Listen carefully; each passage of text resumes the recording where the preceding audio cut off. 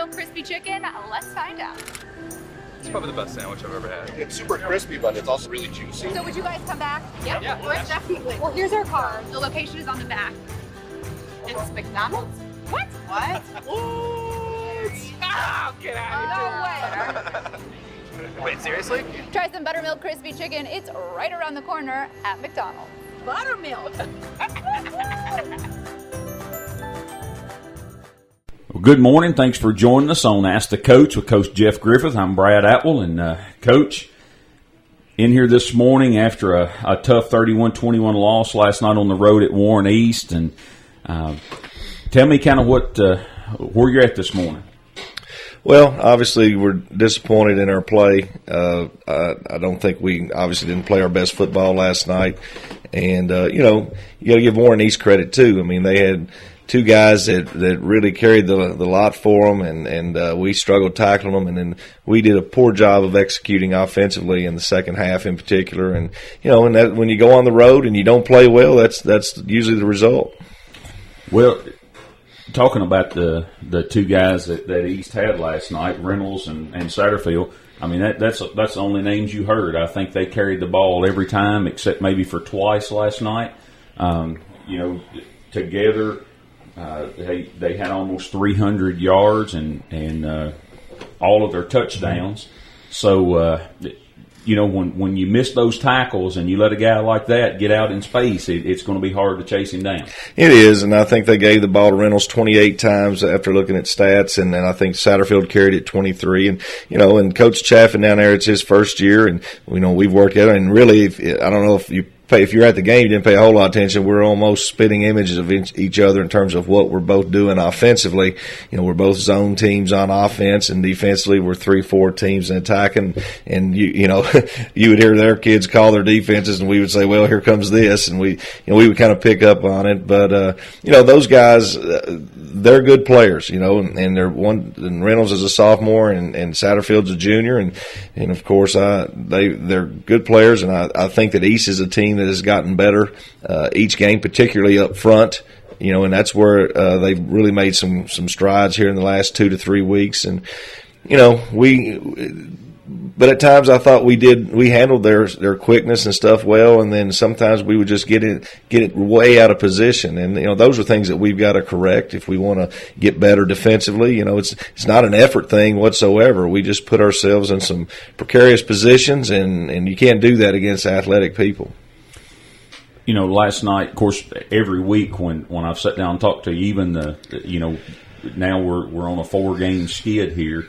It almost seems like that we can't put a whole game together, and that's something that I have said every week. One of these days, if we can put 4 quarters together, and there again, just like you said, the first half, it looked like we did some things that were right. We could not just stop them defensively.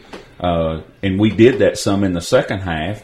In the first half, we were able to move the football offensively. In the second half, it just seemed like that everything we got ready to do offensively, they were there to stop us, or we dropped it, or just we could not get the ball going offensively there in the second half. Well, Brad, you sound like my wife, because that's what she says to me. She's like, if we could ever get the offense and the defense, on the same page and playing well at the same time, we would be a pretty good football team. And there's a lot of truth to that. It just seems like if the defense is struggling, the offense is playing well, and then if the offense starts struggling, the defense will kind of pick it up. And we've got to correct that, and we've got to play well on both sides of football. And if we do, I think that we've got a good football team, but until we get consistency on both sides of the football, it's going to be a struggle, and we don't have a large margin for error. That's the bottom line. We just don't, and we're not.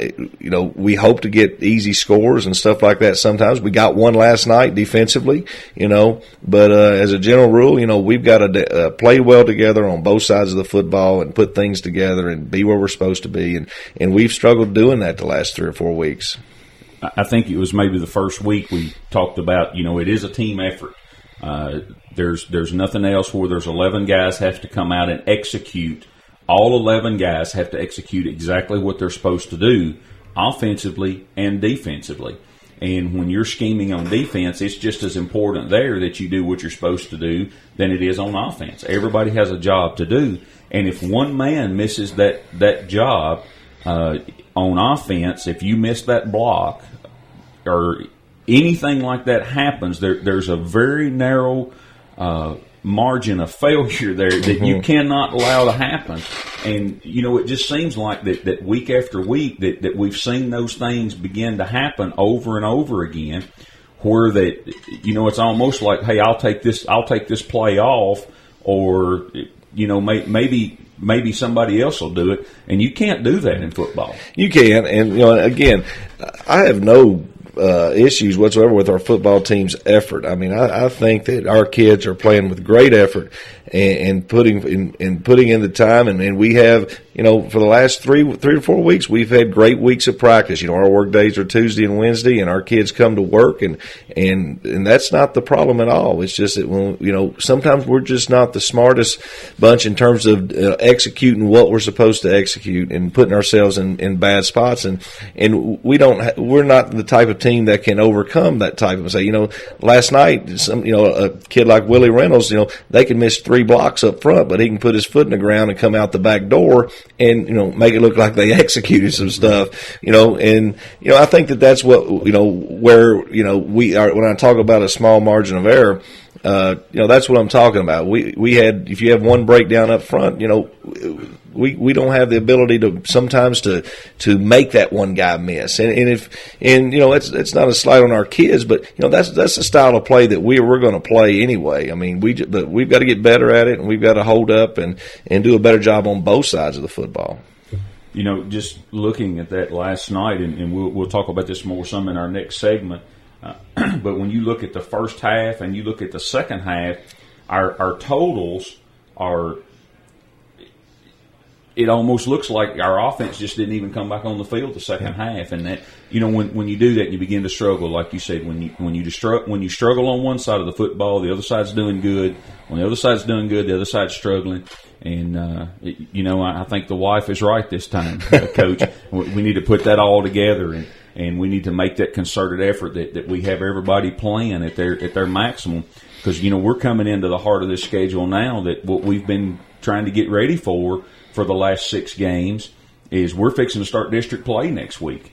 And, in district play, we're going to see 3 good teams in district play. Next week, we're going to see a 5-1 Greenwood team that's really good. I think we're also going to see a 5-1 Bowling Green in a couple of weeks that was beat by a very good team. And I didn't get a chance to look up Grayson's where they were right now.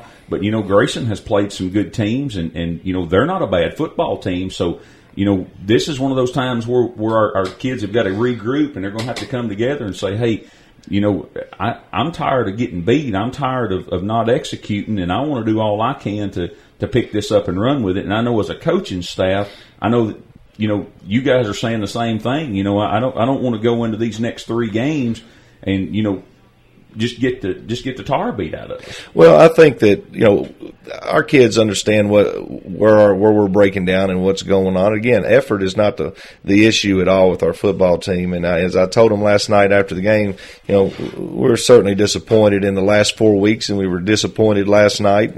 But I know that this football team is going to continue to fight and give us their best, through the week in preparation and on Friday night. And we're hoping to continue to work, and it'll come together on a Friday night. But as you said, Brad, I mean, it's getting ready to be the district, right now. And if we can, have a good week of practice and put it together on Friday night and beat Greenwood, you know what? I really won't care about these last 4 games. Right. I mean, because we'll put ourselves in a position to achieve one of our goals, and that's to have a home playoff game. That seems a little far-fetched right now when you're coming off a 4-game losing streak. But at the same time, I mean, we've got good players, and we've got to just put it together and continue to work. And like I said, I like our kids. I like our effort and our work ethic. And, we just got to keep on nose on the grindstone. All right. Listen to Coach Jeff Griffith on Ask the Coach, head coach of the Barron County Trojans. Stay tuned and come back with us after we hear from our sponsors.